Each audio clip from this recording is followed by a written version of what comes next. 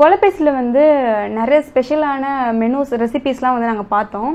So நீங்கள் வந்து ஒவ்வொன்றா வந்து காம்போ அது ட்ரை பண்ணி ஏதாவது ஃபன்னாக போய் முடிஞ்சிருக்கும்ல அந்த மொமெண்ட்? இல்லை, நாங்கள் நிறைய ஆர்என்டி பண்ணுவோம், எக்கச்சக்கமாக ஆர்என்டி பண்ணுவோம். எனக்கு ஐ லவ் ஆர்என்டி. இப்போ நாங்கள் நெக்ஸ்ட் ஆர்என்டி பண்ணுறதுன்றது சிக்கன் முறுக்கு. சிக்கன் முறுக்கு we are doing R&D right now. 2 trial பண்ணியிருக்கோம். It's come out well. I believe that there is going to be a huge demand for non-veg snacks. What we do, நாங்க என்ன ஏதாவது புது product பண்றோம்னா we send free samples of that in all of our orders and we get feedback from our customers. So இப்போ we are doing R&D. அப்புறம் இப்போ நாங்க chicken pickle, prawn pickle, that has become a huge hit in Kolapasi. Chicken முறுக்கு கேட்கும்போது நல்லா இருக்கு sir. ஆமா, எல்லாம் தப்பு. நம்ம முறுக்கு பட்டர் முறுக்கு சாப்பிடுறோம், எந்த முறுக்கு சாப்பிடுறோம், புதினா முறுக்கு சாப்பிடுறோம், சிக்கன் முறுக்கு சாப்பிடுறது. அதே நான் ரெசிபீஸ்லாம் வந்து எந்த அளவுக்கு மக்களுக்கு அஃபோர்டபுளா இருக்கு?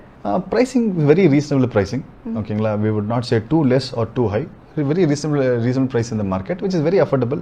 We have நிறைய காம்போஸ் இருக்கு. இந்த curd rice chicken combo, sambar rice chicken combo, இப்போ நெக்ஸ்ட் திருப்பி கொண்டு வரோம். சாம்பார், அப்புறம் rasam rice and chicken, rasam rice and mutton combo. So நம்ம வீட்டில் என்ன மாதிரி சாப்பிடுவோமோ we are trying to get back into that space. இப்போ நிறைய பேர் இப்போ ஸ்டார்ட் அப் கல்ச்சர் வந்து பயங்கரமா வந்துட்டு இருக்கு. நிறைய பேருக்கு பிசினஸ் பண்ணணும்னு சொல்லிட்டு வர்றாங்க, ஆனா அடி வாங்கிட்டு பின்னாடி போயிடுறாங்க சார். ஓகே, ஸோ ஒரு பிசினஸ்ல வந்து தோத்து போகாம இருக்கிறதுக்கு நீங்க என்ன டிப்ஸ் சொல்ல விரும்புவீங்க?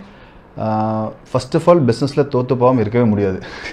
ஓகேங்களா, மக்களுக்கு என்ன புரியணும்னா தோக்குறது ஜெயிக்கிறது is a part and parcel of business. So நான் வந்து கீழே விட மாட்டேன், ஆனால் நான் சைக்கிள் கற்றுக்கணும்னா கற்றுக்க முடியாது. நான் லாஸே பண்ணாமல் பிஸ்னஸ் பண்ணணும்னா பண்ணவே முடியாது.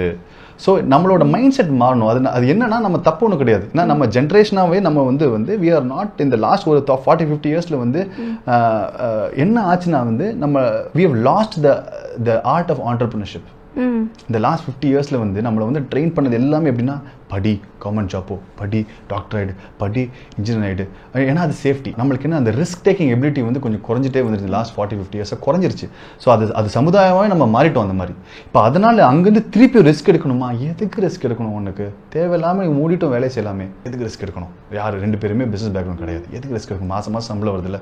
ஸோ நம்மளோட பிரச்சனை என்ன தெரியுமாங்க, நம்மளோட good life is the enemy of a great life.